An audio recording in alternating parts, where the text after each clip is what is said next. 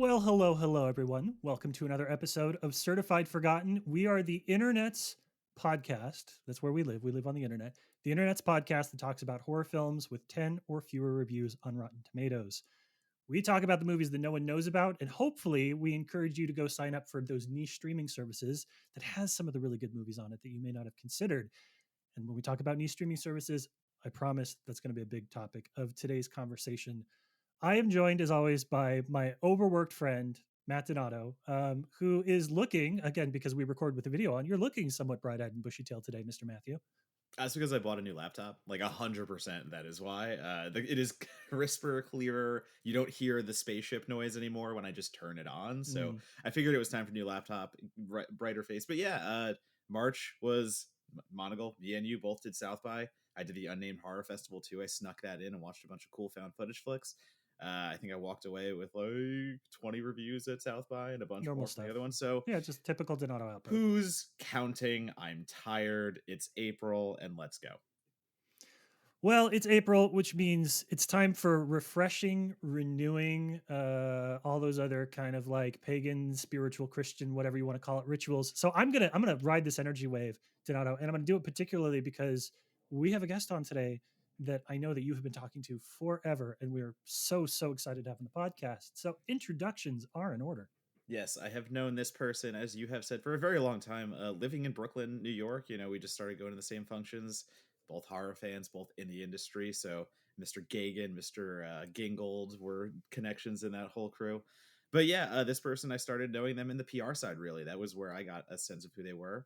And then you will all know them from being the co writer most recently on The Sacrifice Game. It's Mr. Sean Redlitz. Sean, thank you for being here.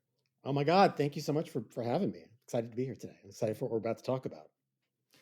Sean, I gotta say it's been we've met really briefly at a past edition of the Brooklyn Horror Film Festival, but you exist in sort of like my favorite niche of people that I've met. Where like I have known you as like an avatar on Twitter back when I was on Twitter for so long. It's just one of those like for years there was this person who had really good movie takes that I followed, and you were always talking about interesting new releases. And so you're sort of like one of those osmosis people in my life where I'm just like, why do I know this guy? And I'm like, oh, I've been passively absorbing your good takes for a very long time. So I'm excited to get the real thing up close and in person today. Well, thank you. And it's nice when that happens and where you know somebody through their persona and through, or their published work. I'm sure a lot of people will read both of you guys and know you from your opinions without ever having met you. And then comes along a festival in their hometown and you happen to be attending, or a screening somewhere they're going to, and we get a chance to talk as humans. And it's kind of fun to actually break down that Twitter wall, that social media barrier, and really connect. Well, it was always nice where I could see you in a setting of like a Fessenden party or something of that nature, because unfortunately, for a long time, my relationship with you was bugging you for screeners through Shutter, and like at the most obscure times too, it'd be like, oh shit, I forgot to ask for a screener, and now my review's due the next day. Hey Sean, you wouldn't happen to be working on the weekend, right? And like you were always on your shit, and I always felt so bad. So it was always nice to get share the good too. I mean, the goal is to get people like you to see these films and talk about them. So, like, how could I possibly miss an opportunity? And your voice is pretty essential in the horror film space, Matt. So, like, that's I wasn't going to pass up a chance to get a screen or two if it meant there might be a review. And Matthew, or is Matthew and Matt the best way to distinguish here? Should I call everybody Matt? We go, but the easiest way to do it is last names, Monagle and Donato. Is That's too just many syllables. That's not the easiest way. it's You're not, but wrong. it's separate. It's okay. Donato is Matt, and I am the double. I'll be the double today. You're the doppelganger. That'll make sense in a little bit. I promise. I was just going to say, Doppelmat, that it's unfortunate you didn't get to meet me in person in my auspices as Shutter PR and ambassador and representative, because I had an expense account then, and I was very happy to buy people drinks at at the Highball or wherever you might be found. So I unfortunately don't have that anymore, but I do have my good company. Yeah, it's a regret of mine, having lived in New York for about 6 years, that I feel like the New York people that I now am close to are all people that I didn't actually know or spend time with when I lived in New York. I don't know. Sometimes life just works that way, where like you leave a place and then you reconnect with all the people that you could have been spending that time with in that place, and you're like, well, fuck me then, I guess. Well, better late than never. Truth. Well, I mean, like Sean, you would know this. I mean, me and Monocle met at the New York Horror Film Festival in like 2013. Hell yeah. Well, actually, we didn't even meet. Like we just went to the other same New York festival. Horror Film Festival. Yeah, exactly. The Yes, other yes, one yes. that I don't ever go back to anymore. I can't speak ill of it because I also don't ever go back to it, so I don't really know. It could be great now. I followed that festival from the Tribeca Center all the way to when they were playing at Times Square. So special place in my heart for that. But Sean, let's talk a little bit, since this is your first time on the show with our guests. We always like to get a baseline for how they fell in love with horror and how it shaped both their professional and personal lives from there. As always, about the 30-minute mark, if you want to skip forward, we'll talk about the film in particular. Sean, I'd love to get to know whatever your earliest memories are of recognizing that there was this mode of storytelling or filmmaking that you were like, oh, this is for me. I was kind of a fraidy kid. I remember distinctly being terrified and running out of the room at the TV commercial for Alien. Now, if you've not seen the TV commercial for Alien, you definitely know the tagline, "In space, no one can hear you scream." But it was done it really has like no clips from the movie. It's nothing. It's the egg.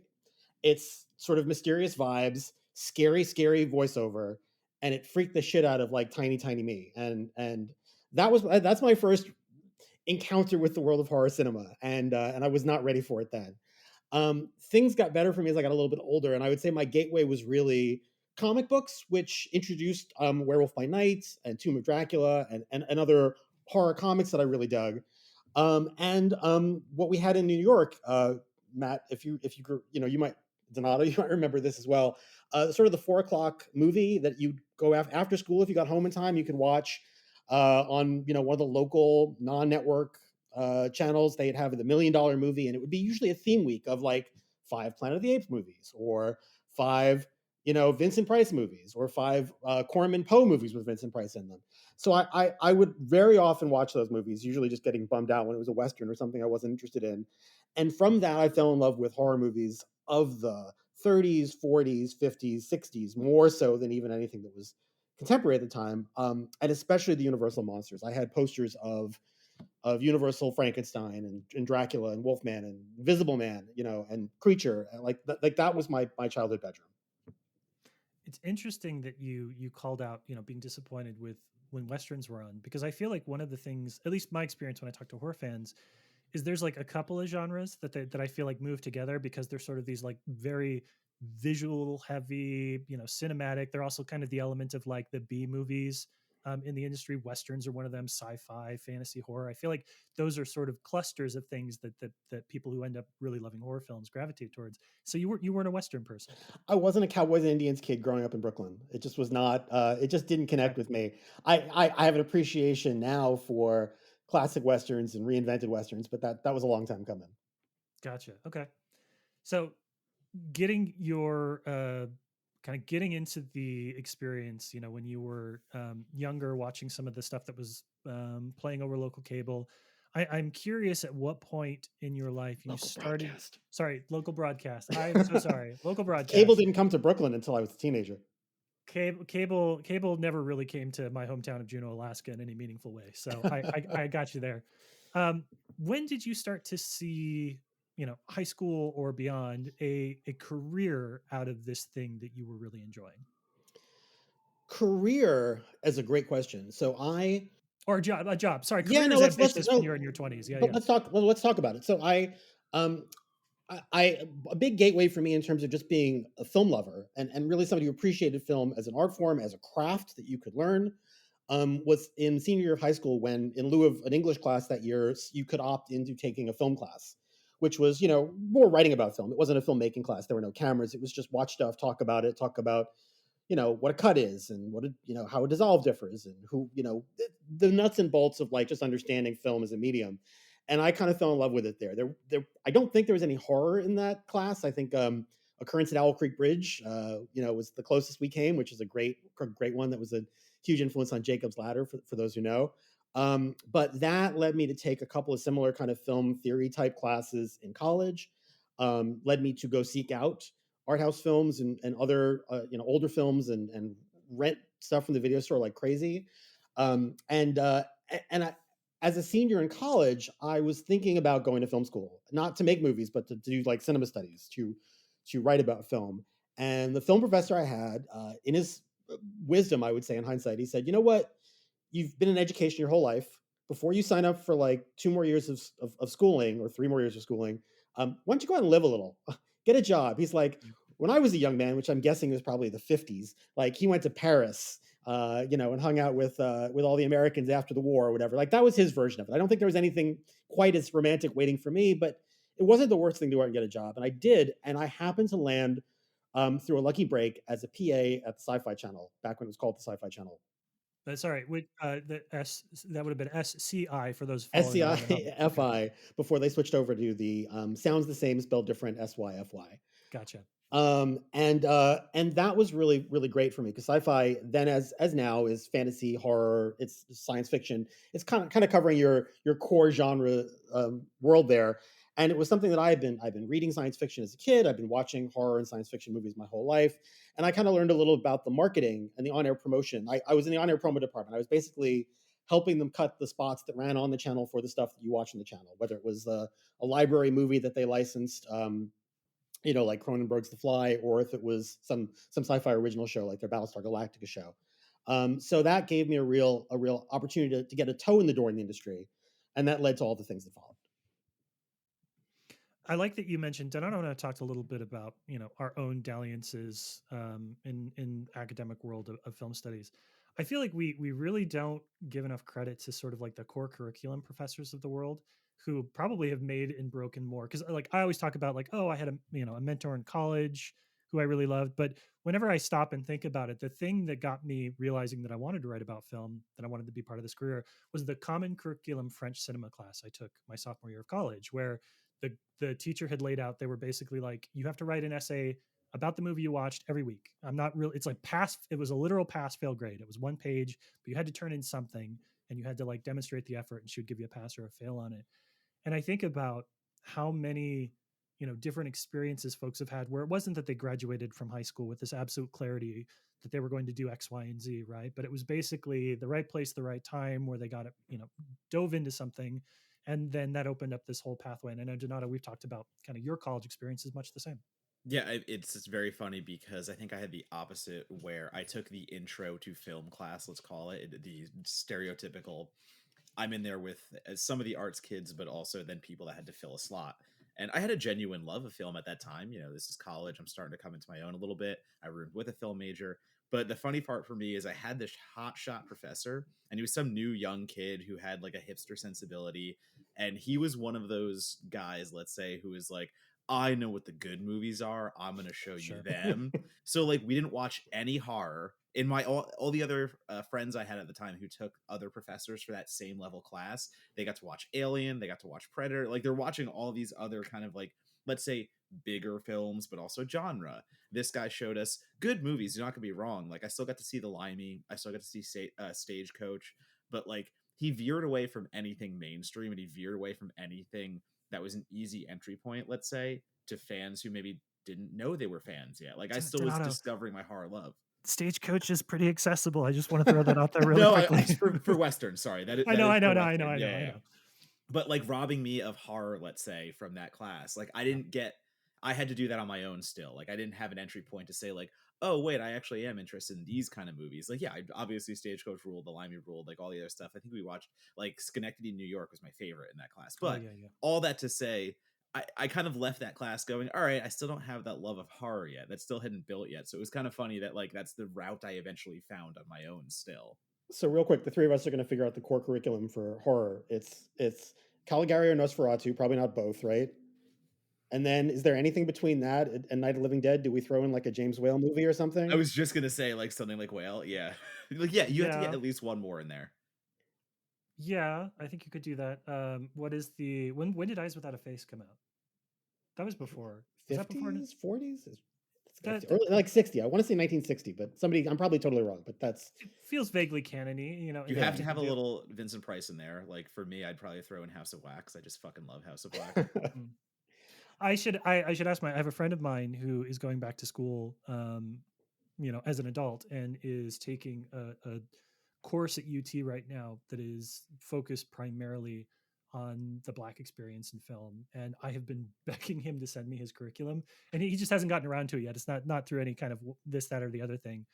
He just hasn't scanned a copy and sent it over to me. But God, I want to see what, like, I want to see what people are teaching now. Like, Yeah. I feel like it's been a long time since I actually sat down and looked at what a class curriculum would look like for a horror, like a horror focused class. I really want to see the kind of stuff that's being taught.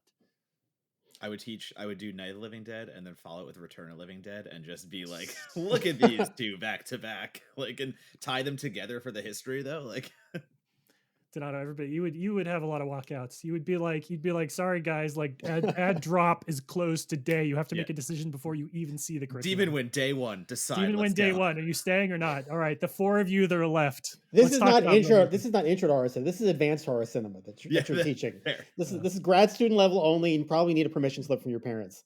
Intro to trash cinema. That's fine. You would just teach one semester long course on Demon Wind where they have to watch it like 12 times. I have been threatening Ashley Blackwell that I'll show up and teach one day of Demon Wind in her class, and she's joked many times that it should happen, and I keep saying, like, I'm not joking. I'll actually do it. I will see that. Tell me when it's streaming, and I will tune into that class. It's in Philly. Just come over from New York. Come hop in. I think we probably have to throw in Psycho, maybe Jaws.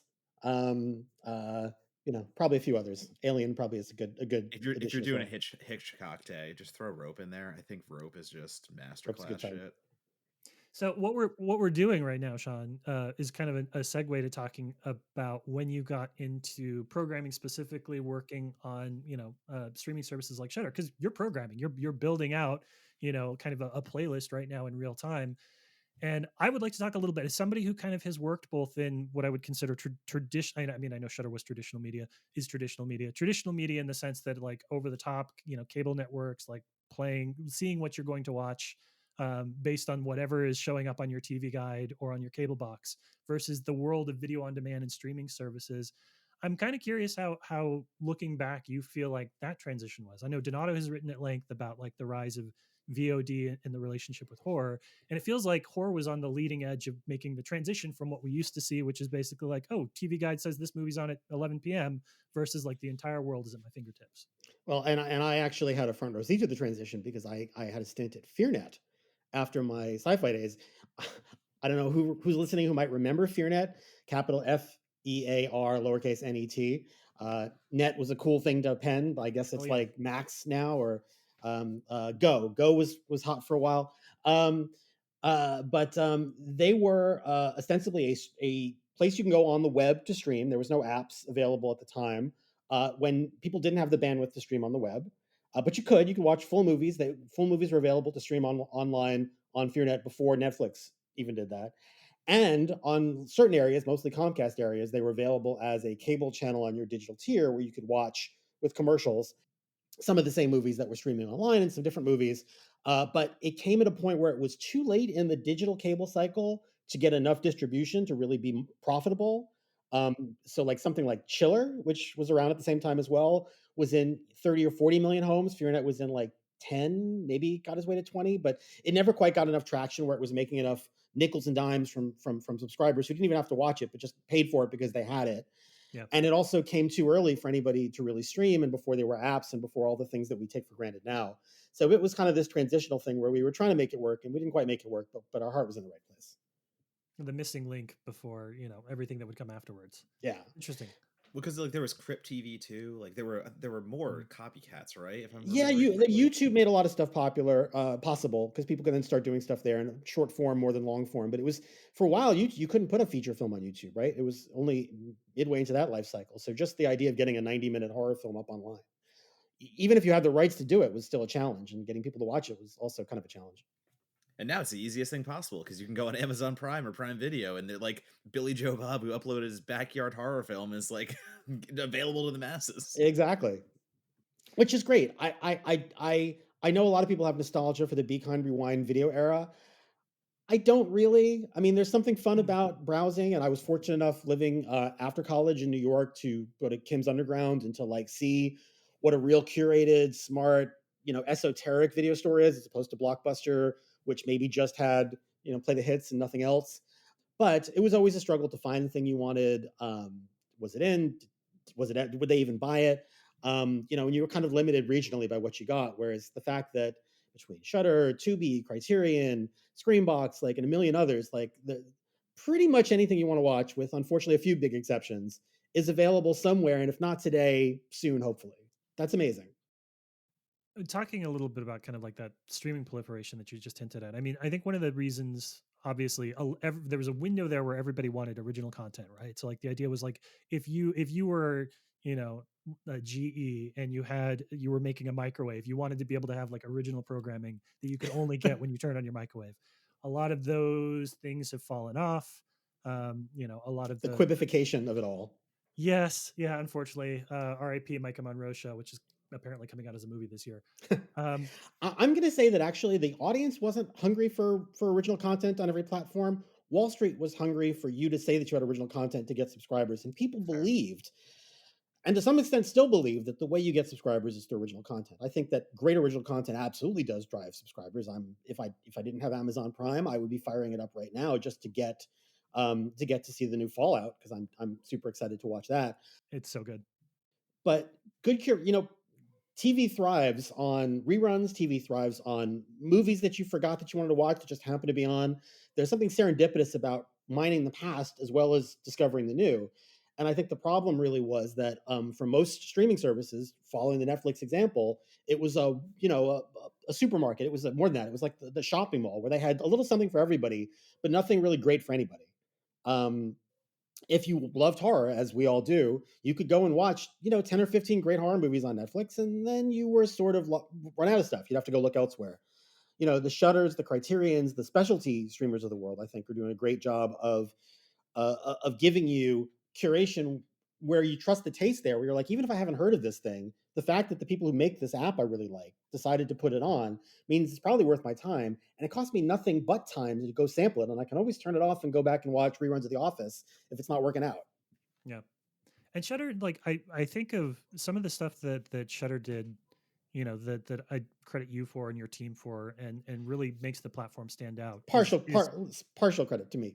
Credit. Sam Zimmerman is the beating heart of Shutter, and to this day remains it. And the fact that he came before I even joined, he set the template for like, oh no, we're not going to be every horror movie in the garbage bin. We're going to have a point of view. If it's on Shutter, it's going to be on Shutter for a reason, not just because it was licensable and cheap. So he and Emily Gatto, who's still there, who he works with for acquisitions, Craig Engler, who was the general manager when I was there, who kind of helped empower us all to do this, and then myself, who contributed in trying to help figure out how to, I was primarily brand marketing audience, so I was really like trying to bang the drum for things you hadn't heard of and get people to cover stuff that was notable. But then when we had something like Tammy and the T-Rex, which is just plain old fun, but was not something that was in the popular consciousness. The fact that it showed up on Shutter and suddenly everybody had it, everybody could watch it, and everybody would talk about it.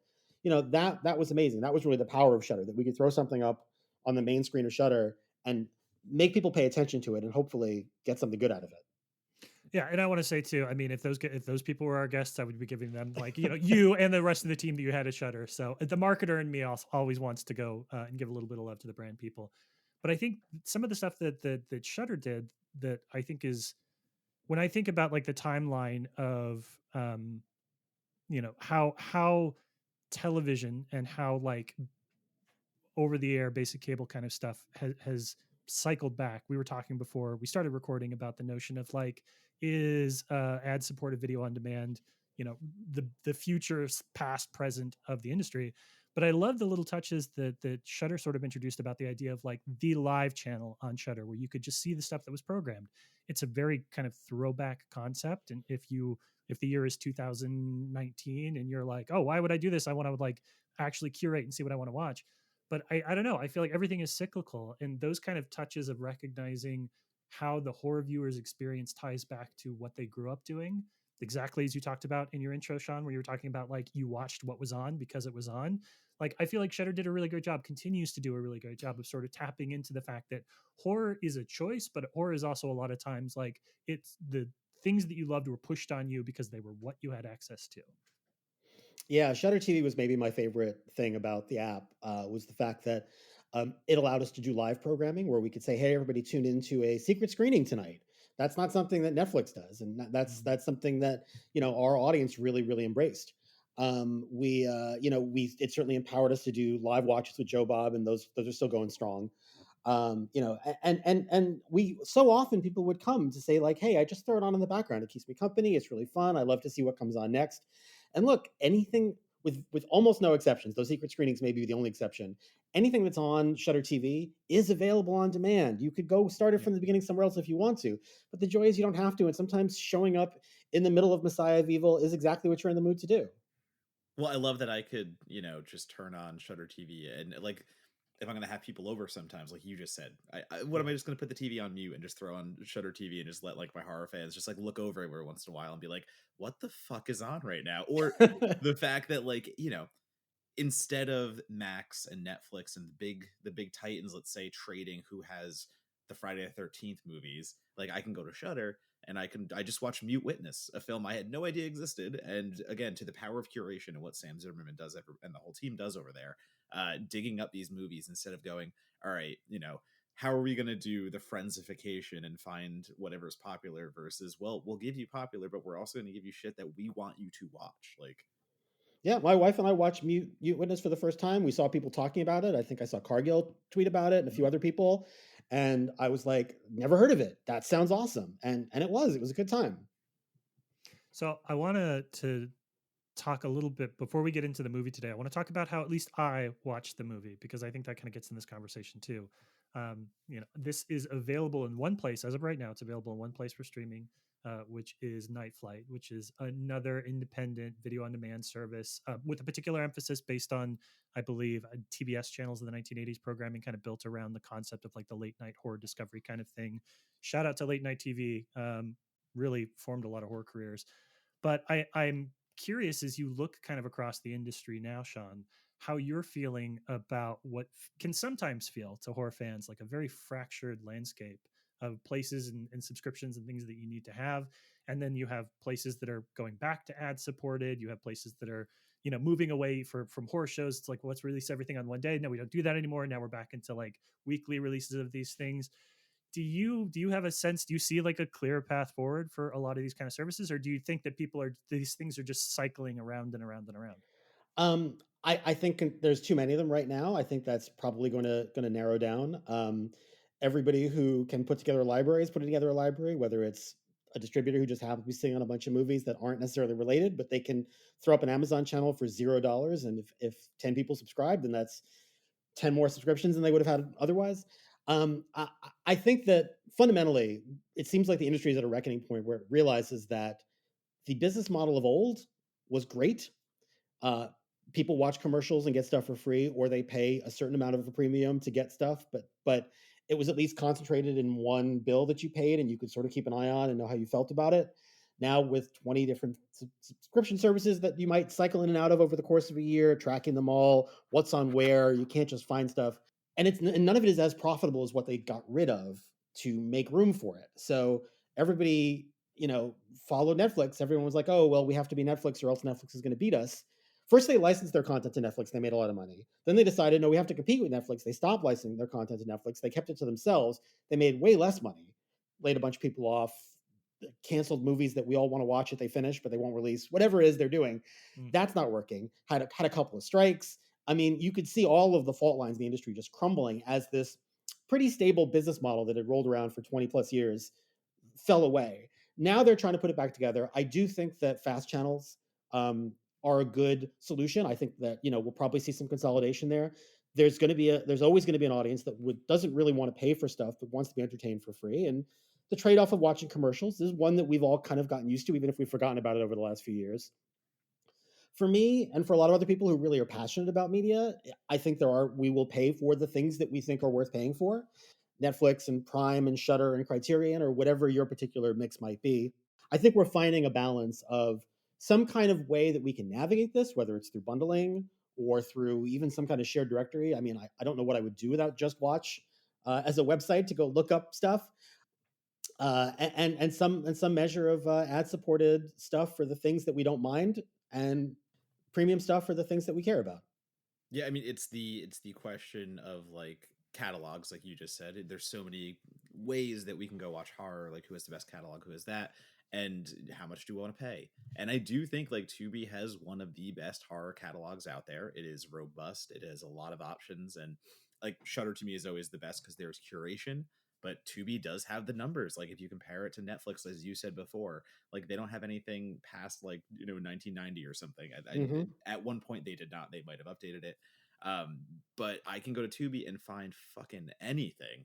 The Mm. trade-off though is the commercials, and while I have grown to really not be bothered by them, I feel like horror specifically, you kind of mentioned this prior when we were talking before we recorded, but horror specifically might suffer the most on a fast free channel because like I forget what it was. I think it might have been the Devil's Carnival, and like a song wasn't even over yet and the commercial break hit, and then like the last 10 Yeah. seconds of the song hit after that.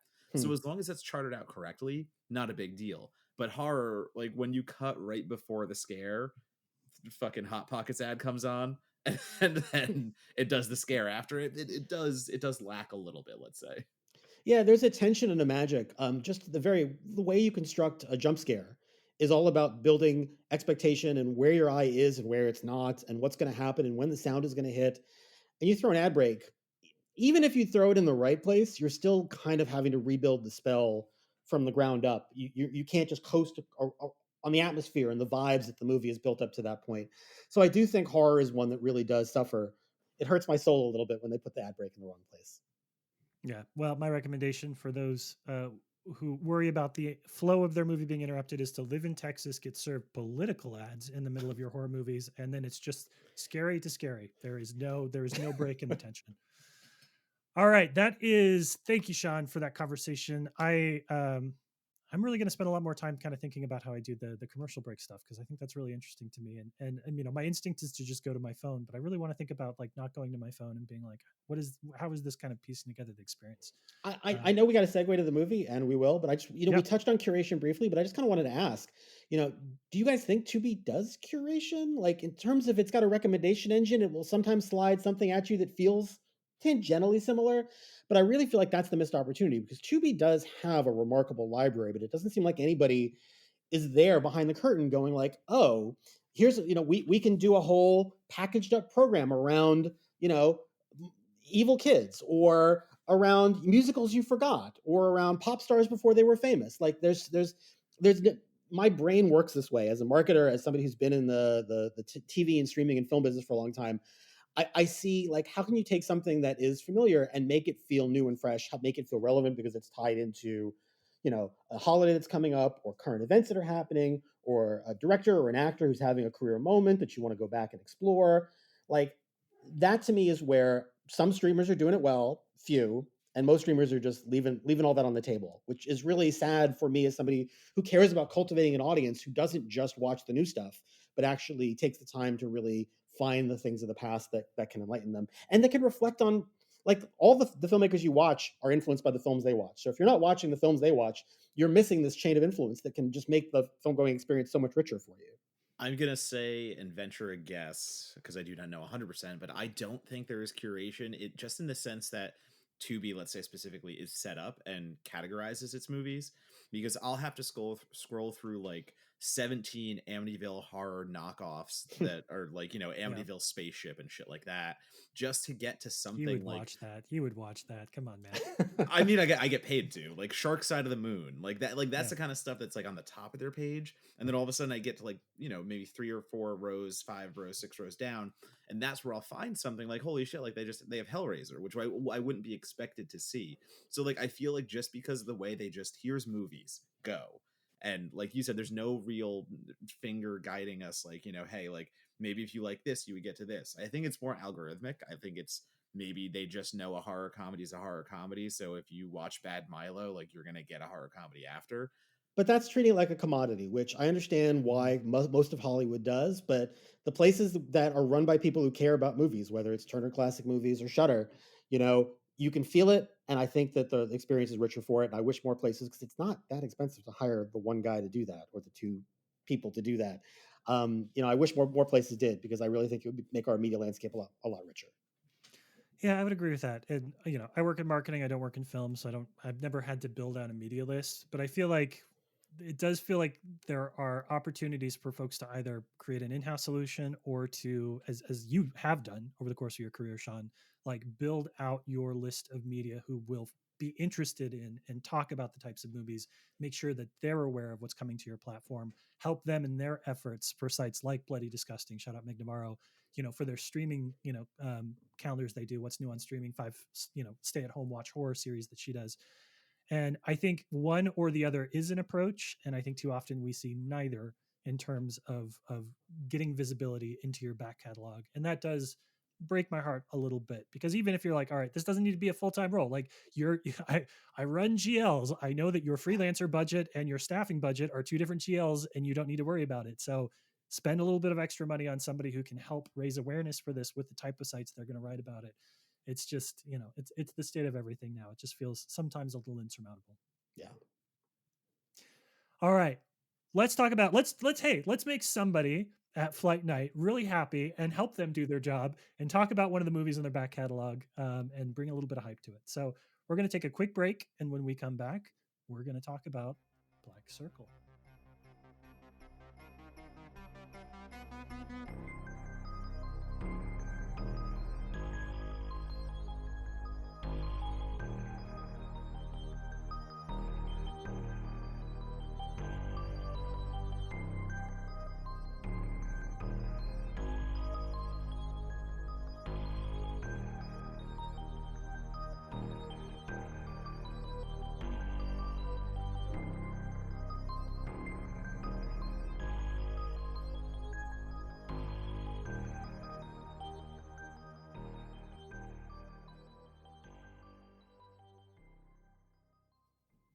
Okay, welcome back. So today we're going to be talking about Black Circle, which is a film directed by Adrian Garcia Bogliano, who directed Late Phases. I wish you could see the posters in the background of Donato's camera right now.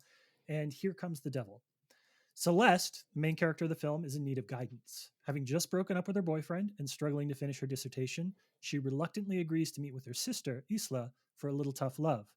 But instead of money or a wake-up call, her sister offers Celeste something different, a record on mesmerism, which her sister promises has changed her life for the better. When Celeste listens to the record, she is shocked to discover herself more focused than ever before, but she can't help shake the feeling that someone or something is following her. Black Circle is a 1970s spin. It's not made in the 1970s, but 1970s vibes to the doppelganger horror. If you've seen some good doppelganger horror films, you know what we're talking about. And it is the pick of the week for Mr. Sean Redlitz. Sean, you had certainly you in particular had no problem finding a film that would qualify for the 10 or under because of the work that you've done in your career. What made you want to choose Black Circle? Well, in part because more people need to see it. I mean, more people need to see Adrian's movies to begin with, in addition to Here Comes the Devil, which I love, which is also a doppelganger / evil kids movie. It's the two children disappear in a creepy mountain and come back, or did they, or did something else come back in their place? But I first discovered his films when I saw Cold Sweat at South by Southwest in 2011, which I loved. If you haven't seen Cold Sweat, it features a character who is covered with nitroglycerin, who will explode if they bump into anything too hard, and that's just a very attractive woman covered in nitroglycerin. So she's kind of wet and dripping and explosive, and that's just a fun fucking idea in a house that's basically run by former torturers who were part of the regime, but now it's all like locked up and it's like a house of horrors. It's so good. His films are really great, and I feel like his last few have not gotten the distribution that they should have gotten. I don't know why. His earlier films are hard to come by as well. But if you're a horror fan and you like international horror, everything he does is a lot of fun. So let's talk about Black Circle, which was among the more recent ones that he's put out. And I was fortunate enough to see at a screening in 2018 in New York, but does not really have proper distribution. I own the Blu-ray that Synapse Diabolique put out, and it's a really beautiful, beautiful version of it. But if people haven't seen it and they want to sample it first, Night Flight's a great way to get it. Mm-hmm. Yeah, I know that I was trying to. I feel like I've seen Cold Sweat. It's one of the things that sometimes when a guest is like, "Yeah, this other film," and I'm like, "Have I seen? I've seen so many movies. I feel like I've watched that one."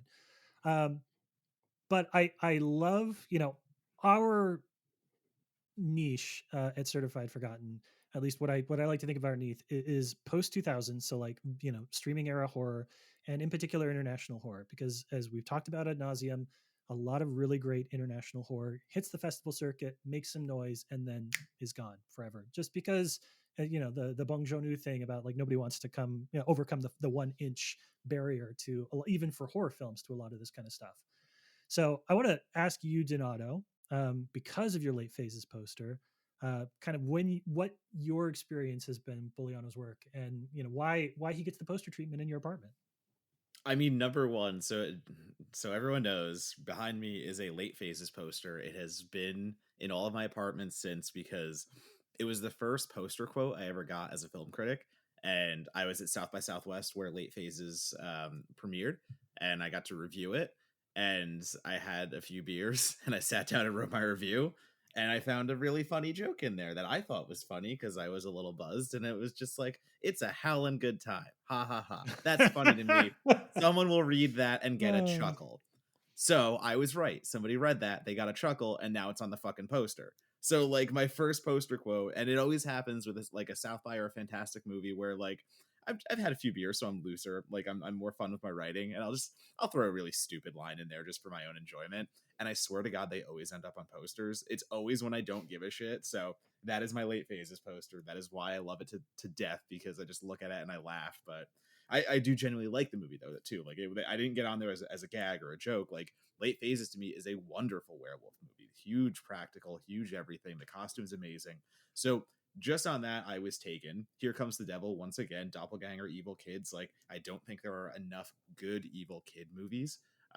And something like Come Out and Play, or I'm like The Children, stuff like that. Like I love seeing that stuff. So once again, like two for two, where I'm just like, okay, like this guy really knows horror. Like this guy can deliver visuals and deliver an experience that gives me textbook horror feels, and just nothing after that. Like obviously in the mainstream, like you see these two movies. I had not seen the prior yet.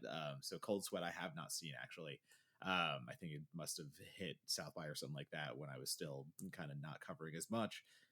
But when I see someone so proficient and then they just kind of fade off, it's such a bummer. Like how it's 2024 and how haven't we had so many more movies on at least the distribution level of like an IFC Midnight or something at that level. Like how he didn't just fall into that and become one of those regulars who keeps coming back with those movies.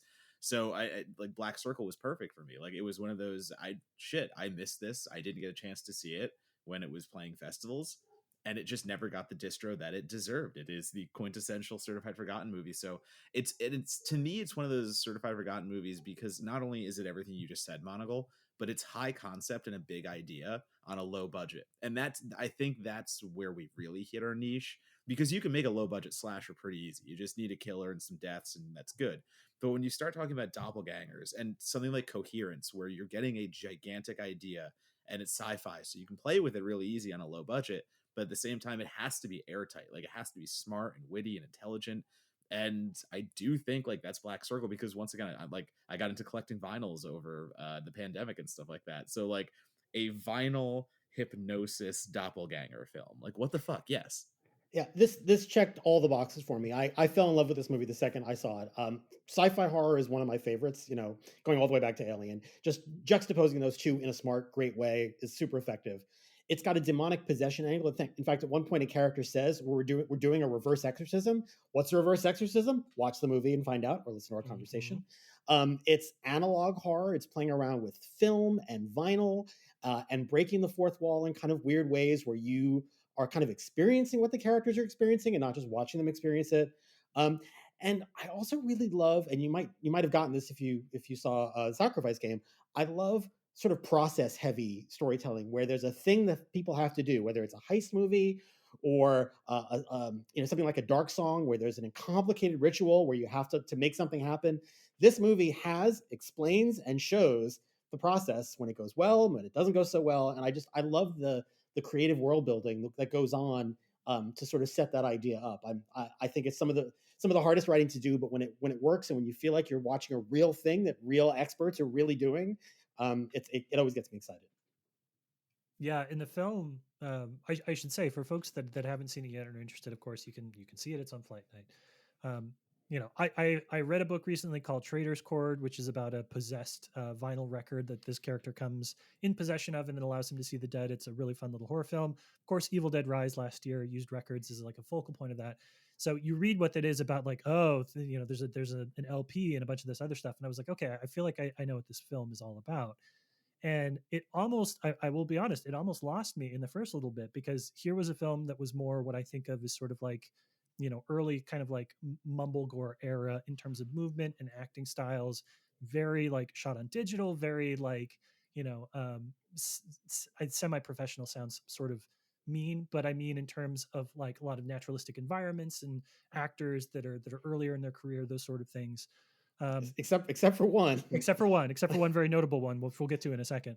Uh, and then procedural is exactly right, Sean, because then, you know, right at the point where I was sort of like, all right, this is, I get it, I get what it's doing. It's a little, you know, mystical in terms of its 70s vibes. It's not really working for me. I've never been too much of an art house horror person. Then it pivots into this an hour, 45 minutes, an hour of this really procedurally heavy shit, which was just so good and brought me back like all the way and then some on this film. And it is really fascinating. I love that you compared it to a heist film, because it is really interesting to watch competent people try and execute like bold and scary strategies. That's one of the best things that we get to see in movies, and it doesn't happen as often as I'd like it to. This is a great example of it. I'm so glad that you liked it and that it resonates with you. Structurally, it's a weird movie. Mm-hmm. It's an experimental film in a lot of ways, not, you know, Skinnamarink experimental, but on the spectrum in the direction of that. Nothing is Skinnamarink experimental that's ever been released besides Skinnamarink, but it's an experimental film about characters who are doing an experimental sort of pseudoscience-y, paranormally kind of thing. So the form and the subject matter kind of really align well, and I feel like um, I can understand. I kind of understand why nobody distributed it in a big way, because it's challenging to audiences. It doesn't tell you everything up front. It expects you to piece things together. What happened to the older woman's sister? You could, if you're following the breadcrumbs, you know by the end of the movie exactly what happened to her, but they never come out and say it. You know that corpse that you see in the beginning with the waltz music playing underneath it, who's a beautiful piece of practical horror. Just this rotting, wet, decomposing corpse in a serene bed with waltz music and sunshine, and like just a beautiful juxtaposition. All of the world building that goes into this, I think, is and all the ways that it trusts the audience to come with it and figure it out as it goes. In the, you know, probably like 25 minutes into the movie, we jump and meet completely new characters that we haven't seen before. And it's like, okay, we're going to follow these guys for a while. It'll all make sense. Trust us. Go along with it. But I can see somebody maybe being like, nope, I'm out. I don't know what's going on. So you kind of have to be willing to meet it halfway. And if you do, I think it's worth the trip. Yeah, like kind of digging off that experimental vibe. It feels like you are a test subject. It feels like you are Yes. like your eyes are being held open and you're being forced Yeah. to watch this maybe cursed tape or whatever you want to call it. I've actually like I've been talking about this a little recently because doing the Unnamed Horror Footage Festival, I found this movie called Do Not Watch, and it brought vibes of like Incantation and other found footage horror movies that basically try to mimic the fact that you yourself have found this cursed tape and put it in, and you are basically dooming yourself for watching it. And I got those similar vibes from Black Circle in the way that you start with just a recording talking to you and telling you like, okay, we're going to hypnotize you. This is going to be all part of the process, stuff like that. And how that is implemented throughout the film. And yeah. And I was going to say, getting to that end, oh my God, like the ending itself, we can talk about it a little later about really in depth, but even the interstitial stuff where like it is once again the recording talking to you and this really kind of disturbing imagery a la The Ring, but like not that disturbing. Let's say it's more tame. I loved that because it broke the fourth wall, but it broke it in a way that made sense for the film, and it broke it for a way that engaged me more because I felt like I was participating. I felt like I was part of the process. It emotionally puts you where the characters are. They're disoriented. They're confused. They've been subjected to this process. You know, so like even to the point of showing you this sort of swirling pattern that I don't know if you stared at it, but I was fortunate to see it on a big screen, but on any size screen, it is hypnotizing. It is something where you start to see the colors and you start to see the dimensions of it, and you wonder what's really going on in your brain, but it sets you up so beautifully for everything that follows. And there are moments throughout, you know, I think Editing is so much about like rhythm, right? And you can feel there are so many scenes in this film where you watch a shot and your body says cut, and there's no cut, and you're like, okay, now cut, and there's no cut, and like the shot lingers to the point where you're like, okay, I'm now I like this what's going on? Did somebody forget to turn, like, who's editing this film? But taken within the kaleidoscope of other thing that's happening, and especially when you get to the point where you're looking back on, how locked in the pacing and the rhythm of the reverse exorcism is throughout the entire back half of the film, you can see the intentionality of all of that. But when you're not ready for that, when you're basically reading, and this is the power of marketing, right? When they're like, oh, mysterious LP that like demons, you're like, okay, I know what the rhythm of this movie should be. When it refuses to pace itself the way that you think that type of movie should pace itself, there's an element of fighting. It's like, Donato and I are both runners. It's like when you are fighting your body for the first 5 minutes of that run and you just can't get things into rhythm, and like you can't get your breathing right, and you can't, like, it felt like that for a lot of it, where you're just like, fucking sync up, like, why is this not syncing up? And then it does, and it's beautiful. It reminded me of a film called LFO, a Swedish indie horror film, I think like 2013. And it's about a guy who uses sound. And basically, a man experimenting with sound discovers he can use it for mind control. He begins testing on his neighbors with increasingly unforeseen consequences. And once again, it's auditory horror. It's this thing of somebody can use a sound and control you and manipulate you. And that's such a cool concept that I feel like, once again, is not like kind of handled as much maybe in the horror genre, which is strange for me because like hypnosis is just the ultimate of like being able to take over someone's body and do whatever you want with it. That is nightmare shit. That is the top of it. So I'm glad to see it. Well, and your media being able to do that to you. Yes. Yeah. And like, especially without you knowing, and your media doing it. So like, I just think it's a nifty concept that I like. More of that. Why don't we have more? And especially mainstream. I know, like, obviously, like Burbian Sound Studio, anything like that, there are indie people that are willing to throw those ideas to the wall. But like, God, more mainstream. Like, I want something on a mainstream level that makes people think, like maybe Blair Witch Days, like the thing is real, this is cursed, this is a bad thing, and being able to pull that off in like today's day and age would be so cool. Yeah, and not give it the Hollywood wrap up happy ending, or the cliche, we think it's all good, but then Carrie's hand jumps out of the grave kind of, jump scare ending. Yeah. Just to end it in a disturbing place, like Blair Witch did, like, some of our favorites do, is another thing that kind of nudges it away from commercial distribution and more towards something that just gets fans like us really excited. Yeah, and I feel like incoming 3 stars on Letterboxd for everybody that's like, what the fuck happened at the end of that movie? Yeah. But yeah, I mean, it's the hard part about, like, when a filmmaker has such a vision and they're able to execute it and they don't get the distribution, like, that is just it's just the ultimate frustration. It's this thing of the industry where, like, no matter how creative and how much passion you put into something, and again, how good you are at it, that a movie like Black Circle can still just, like, all right, it played at festivals and it's just going to get a little distro on like Synapse or something. And because, like, technically, did it even get distribution? Like, did it? Like, that's the thing. Like, just getting a physical release on Synapse, like, doesn't even count for that. Yeah. Sean, earlier you kind of hinted at the reason that a lot of people are going to seek this movie out, the member of the cast that is far, far, far from a newcomer or an emerging talent. So can you talk a little bit about Christina Lingberg in this film? I could try, but to be honest, I was not familiar with her exploitation work in the 70s.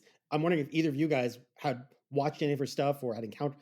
So, from what I understand, it's pretty well known among European exploitation aficionados. And when this movie came out, she did go to a lot of those festival screenings, and she was feted with lifetime achievements and retrospective screenings and all the things that you would expect to get from somebody of that stature having a comeback. And she apparently had not done any acting for quite some time, although I think she's done a little bit more since. So, to me, this is more like I went back and I watched the trailer for, what's it called? Thriller, A Cruel Picture. I found the trailer on YouTube and I looked that up, and she's got an eye patch and she's doing high kicks and she's got a shotgun, and it's Pam Grier stuff, and it's kind of awesome. And I need to find this movie now. But that was not who I was aware of. So I see it as, and she's this character who's this kind of like very ballsy, determined, and incredibly like psychically powerful, figure in the film. But I can only imagine what it would have been like for anybody who knew her from her being a young exploitation film star, Mhm. to see her make this transition. Uh, I wish I did know more about her movies. Yeah, like literally, we're talking about an exploitation actress who started in 1970 and was prolific until literally 1980. Took a little bit of a break and 30 really years, came just back 30. in 2009. Yeah, I mean if folks are, because Tarantino has sort of developed a cottage industry around his own filmography and back and the things that influenced him, right? Which is, to Sean, exactly to your point, seeing the things that influence the things and being able to make those kind of connections. You know, a lot of people know Thriller: A Cruel Picture because her character in that was one of the Tarantino's stated inspirations for Daryl Hannah's character in the Kill Bill duology, eye patch, shotgun, the whole 9 yards. Um, and it's interesting. It's always fascinating to me, you know, kind of these 70s kind of careers that pop up and, you know, like compare it to somebody like a Franco Nero, right? Who, like, great actor. I don't want to take anything away from him as an actor, but is well known for kind of like these second tier genre things that he did in the 70s. And when he comes out and does something like The Pope's Exorcist, or he shows up in one of the John Wick movies, it's as much an homage to who he is as a performer as anything else. But those sort of performances suggest a certain type of film too, right? Like if you're an exploitation star, that's another one of those kind of like indicators that are like, okay, I know what this film is going to be. And Lindbergh comes back and does something that is much more of like proto Cronenberg, like really kind of sparse and cold and intellectual. And I imagine that must have thrown some of the audiences for a loop that were like, oh, great, you know, this director that I know some of his early stuff, did a werewolf movie, and this exploitation star is coming back. And again, it's a the subversion of expectations that this film has. I think if you go into it with the right mindset and you understand what you're getting into, I think you're going to have a really good time with it. But there's a lot of things sort of on paper that you're like, I know what this is. It's not that thing. Yeah, no, I think very deliberately so. You know, on one level, it works really well for the story because in the story, her character is somebody who used to be, as a young woman, part of this institute Yep. and has sort of left it behind and is sort of forced back into a role that she didn't think she was going to go to again at this now shut down one guy there keeping the torch lit place. So here she is, an actress who was big roughly at the time when the institute was supposed to be a thing, and she herself is coming back to play a role. I think Donato, like you said, she's done some things, but nothing as meaty as this role. Nothing certainly as dialogue heavy and as acting intense as this, as opposed to just sort of your winking homages.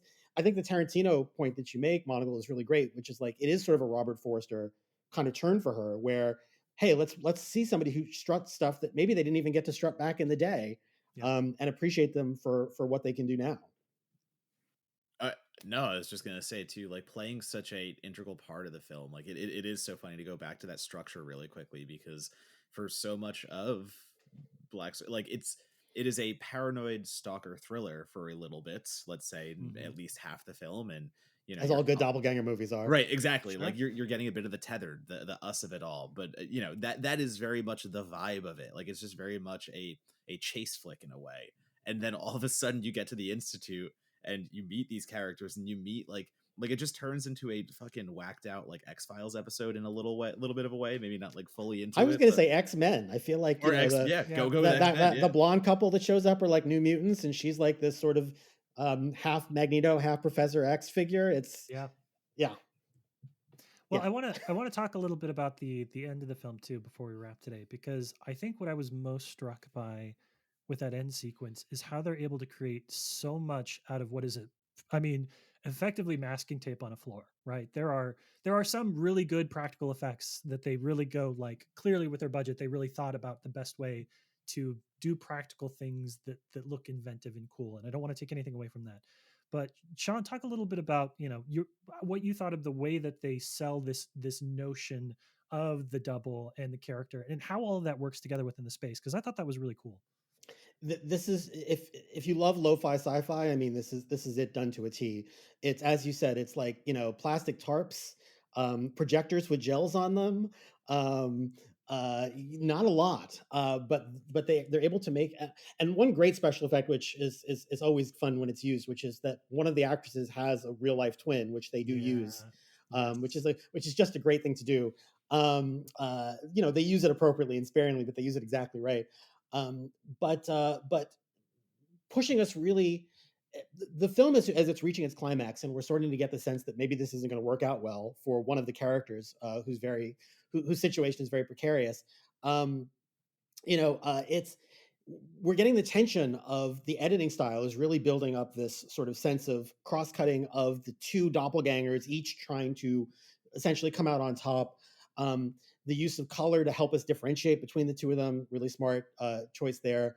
Um, and this taking literalizing the metaphor where okay, we're going deeper, we're going down to sort of the source, we're going into the cave, we're going into the Jungian collective unconscious, or we're going into some sort of Freudian subconscious. It's stuff you feel like you've seen before, but it's done in such a way that it feels really organic and spontaneous. And on the way there, we're going to stop at a movie theater and we're going to watch your childhood, and a door is going to open and you're going to go down a passageway that you didn't know was there, and you're going to see your parents, and but they're not your parents. And so it's taking all these things that on paper feel like they would be kind of a little too on the nose, but it's doing them just right where they're working really, really beautifully.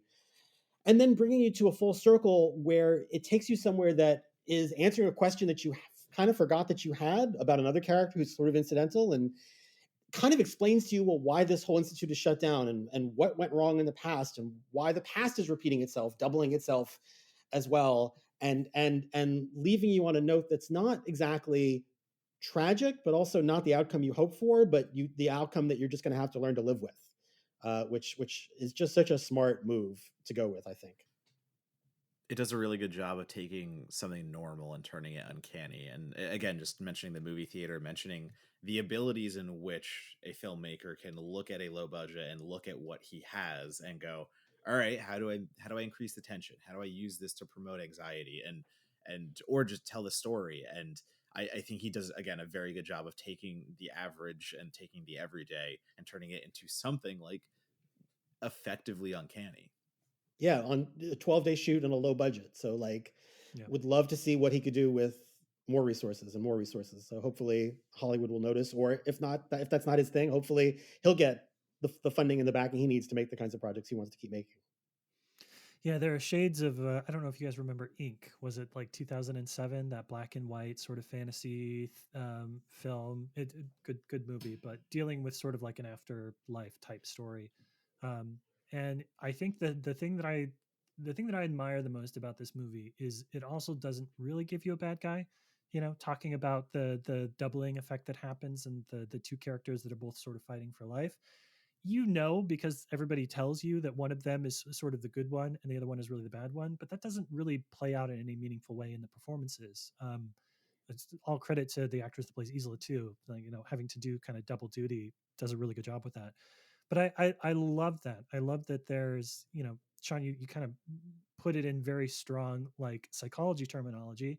And I think that's the kind of the beauty of the movie, is that in psychology, there's not really any good guys or bad guys, right? There's just somebody talking to you about your experiences and what you make of them and how they shape the world that you see around you.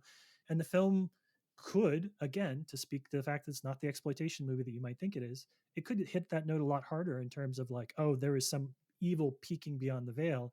It's not that kind of movie. It's really just about this battle of the wills between two characters who kind of both deserve to exist in at least in some sense, which makes it very bittersweet. And of course, if you're me, that makes it much, much, much better for you as a viewer.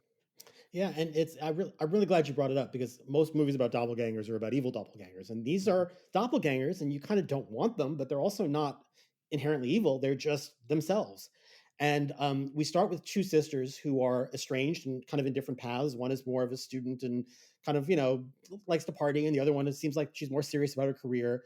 But you look at the flashbacks of them in the memory sections and in that theater section, and once they were children, running, doing the same things, feeling the same things, but they're not that anymore. And at the end of the movie, one of them isn't really even the sister anymore, but yet they still have to remain sisters and have some kind of relationship, even if the person that other sister who grew up with, that person isn't there anymore. Well, people change, people move on, people aren't the same as when we knew them in college or when we knew them as kids. And you have to sort of decide, do you have room for the new version of them in your life, even if you can still see the shadow of who you remember them being hovering slightly behind them. Yeah, it's a horror film that was sad. So 5 stars for Matt Monagle. That's typically how it plays out. Did I feel sad and anxious during the movie and not as afraid? Yeah, then I'm great. Then this is 100% for me. I'm so glad I could bring this one to you guys. This has been one I've been trying to one by one introducing to people. So through the power of your podcast and its massive reach, we will get the word out. We will blow up the numbers for Night Flight streaming, and everyone's going to be talking about Black Circle. Yeah, you heard us here, marketing coordinator at Night Flight. We are open and available to become the official podcast of your streaming service. Just throwing that out there. You saw the makeup of that website. They don't have a marketing coordinator. Yeah, the parent company might. I don't even know who owns them. All right, last question then, Sean. This is the one we always leave. Want to make sure we hit on, and I think one that you're particularly well suited to be able to answer, which is a film like this, limited distribution, showing up on a streaming platform. We all think that it deserves to be part of, we have not established the canon of 2000s horror yet, the streaming era horror. It's not a thing. We're not going to get to it for a while because it'll take us 10 years to even get to the point where we're feeling nostalgic about this kind of stuff. So it's completely an open field in late 2010s, very much so.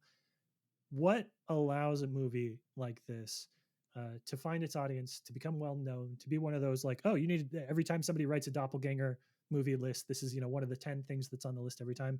How does it get from where it is to something that's maybe a bit more part of doppelganger 2010s horror canon, whatever you want to say? I mean, if I can wave the magic wand, my hope would be that Shudder acquires it and features it on the homepage Shudder, and then everyone is going to be aware of it.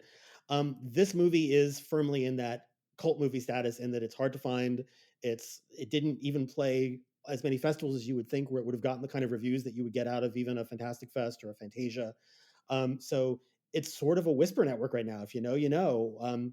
The other hope would be that Bogliano's career continues to grow in a great way, and that people go back and look at his catalog, and whatever was left off to the side gets brought into the spotlight as it should be, because he does something really big. Until then, until either of those things happen, I'm going to just keep banging the drum and telling everybody I can. Donato, what's your magic bullet here?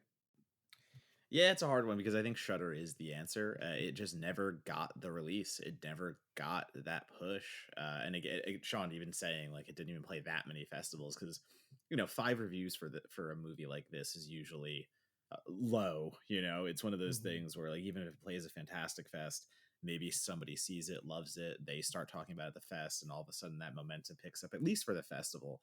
So not even having that to bank on, it's a little tougher. But knowing that his last movie was La Exorcista, and it is a movie about an exorcism and nuns and a pregnant lady, and like that's all the rave right now.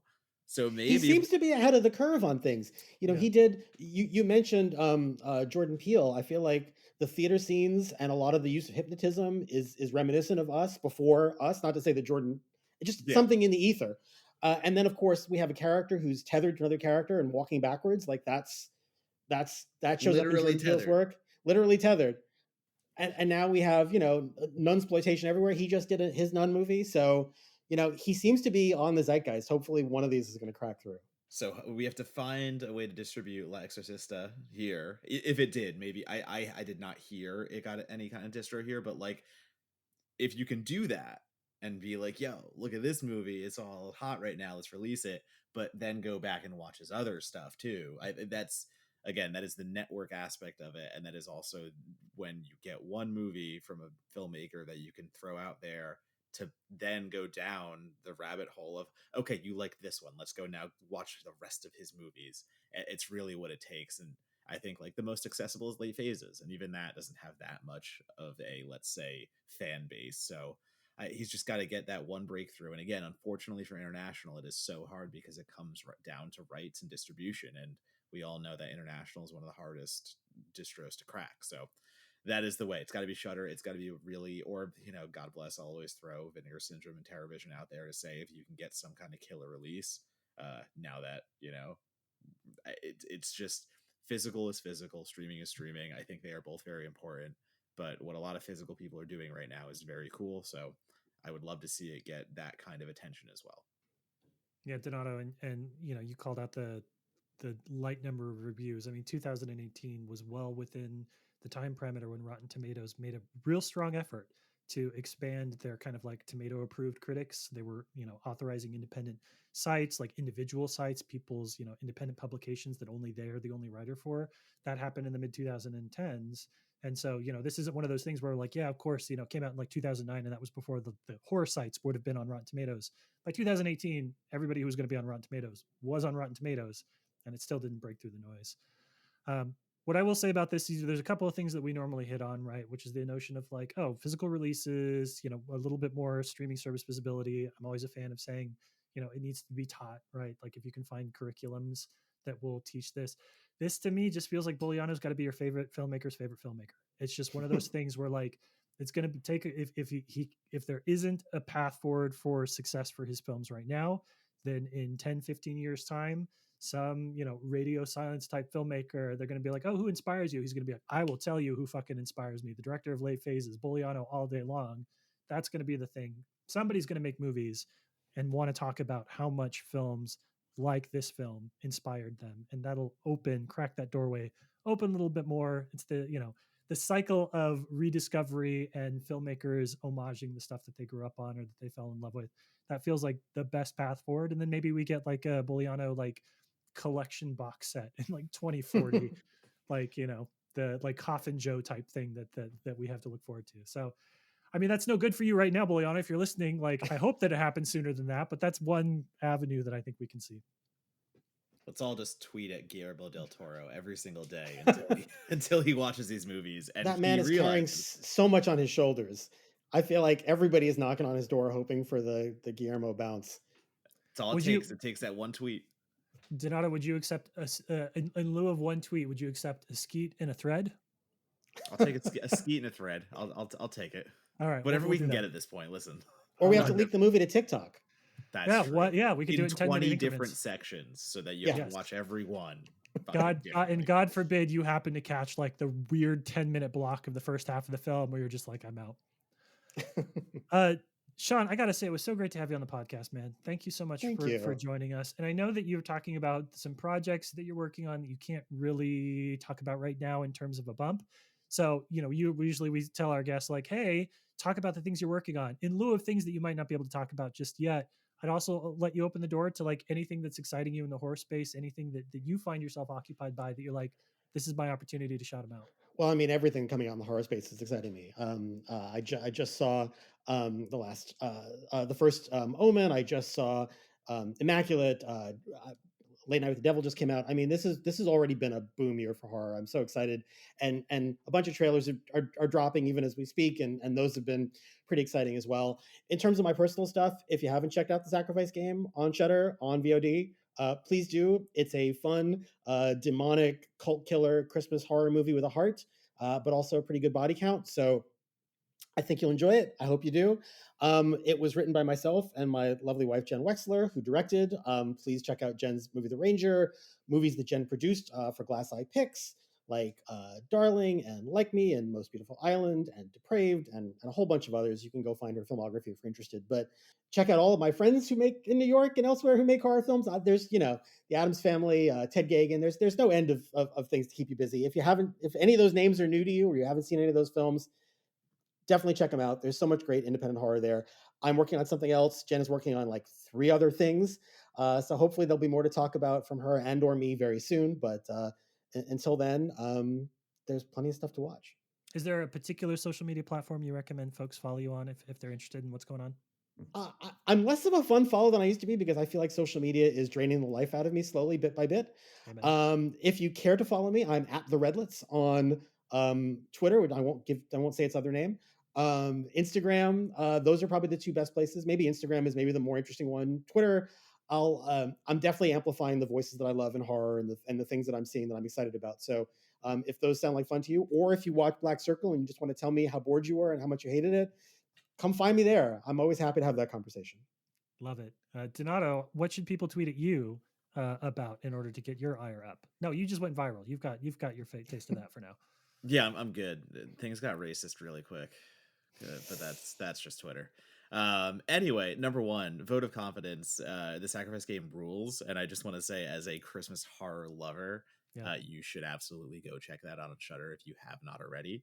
That is, I've seen 125, 30 Christmas horror movies and a Sacrifice Game, is clearly towards the top, and that's not just because half of them are terrible. It deserves the placement. So that is my pitch to go see the Sacrifice Game. But if you would like to follow me, I am at Donatobomb on Twitter, Letterboxd, Instagram, TikTok. I'll throw out there, and the Blue Sky. It's Donatobomb everywhere. And yeah, you can catch up on all of my festival stuff I've just done. I am in no way, shape, or form taking that much of a break. I will have more things coming up, like an interview with Radio Silence for Abigail. A lot of horror coming out, as Sean just said, that I will be reviewing. So keep it tight on me. I got plenty more coming. As for me, you can follow me probably on Blue Sky is the best place. I'm also on Instagram these days. I'm around Twitter, but only because you kind of have to be.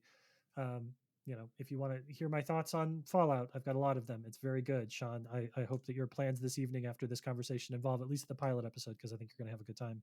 Can't wait. And then I would encourage everybody also, please check out certifiedforgotten.com. We've got some really good articles that have gone up over the last couple of weeks. We've got a really heavy, really fun article that's going to go up this week too. I'm excited for you all to read it. And if you like what you see, you can sign up for our free Patreon. We won't even pitch you on donating any money to the site yet. We'll say sign up for our free Patreon, where you'll get a copy of our newsletter every Friday. And then if you like what you see even more, then yeah, maybe you can consider throwing a couple bucks our way in the long run. We'd love you for that too. Sean, it was great to have you on the show. Oh, Donato's going to pitch something else. Go, bud. No, you did something awesome too. Promote yourself. You wrote the digital cover story. Sorry. I wrote the digital cover story for Fallout, where I visited the Vault 33 set and got to talk to people like Walton Goggins and Jonathan Nolan. Everybody calls him Jonah. I don't understand it, but Jonathan Nolan. And I'm a genuine big fan of the show. I'm actually going to talk to Donato about it shortly after we're done recording, because I want his impressions on the first episode. I've played 4 or 5 of the Fallout games over the years, so I'm very invested in this universe, and I'm so excited to hear they didn't fumble the ball. They did not. I am on record as saying I think it is the best possible version of this that Hollywood could have created. It's the right people, the right talent, and the right vibe. So, and I say that as somebody who's in the middle of a replay of Fallout 4 right now. So I feel you on that front too. All right, Sean. Now I'm going to say thank you so much for joining us. We look forward to having you back at some point. I'm sure that this is not the only film that you're desperate to shine a little bit of light on. And as we always do, Donato, you're gonna take us out with something a little strange, bud. Now it's over. That's your best yet.